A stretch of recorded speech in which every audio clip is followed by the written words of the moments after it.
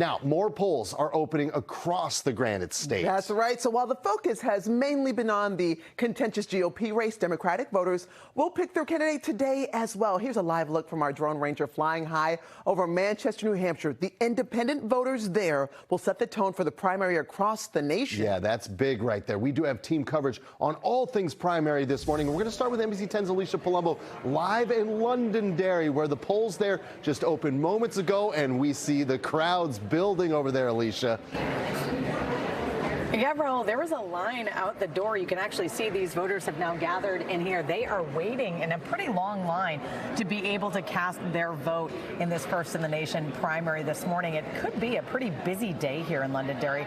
Both the Republicans and Democrats have primaries today. And while the Republican race has certainly been the focus here in the Granite State, it's the Democratic side that could actually delay some of the results today, with incumbent President Joe Biden not on the ballot and an aggressive write-in campaign. Secretary of State David Scanlon says it could take longer to get results in from some precincts. Scanlon says this year's race is also unique for another reason.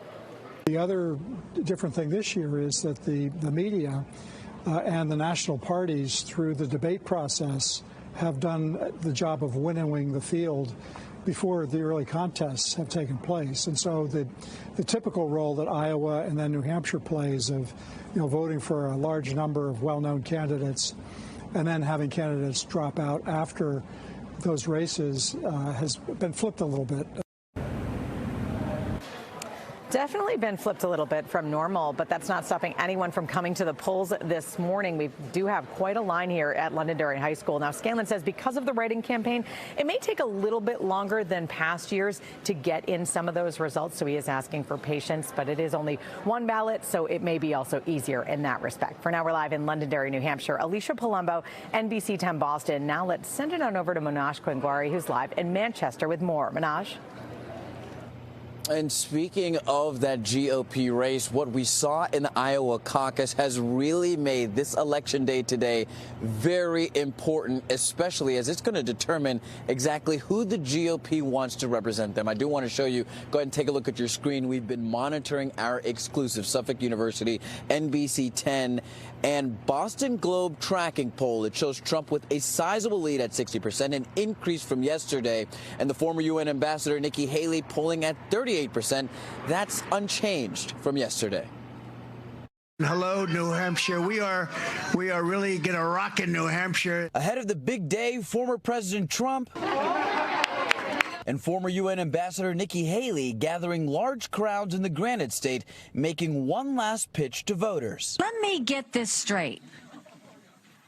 Donald Trump won 56,000 votes out of 3 million in Iowa. He got 1.5% of the vote in Iowa. America doesn't do coronations. She's very easy to beat, and you see that with the polls that just came out tonight. We're beating Biden by so much, probably get indicted 3 or 4 more times by tomorrow.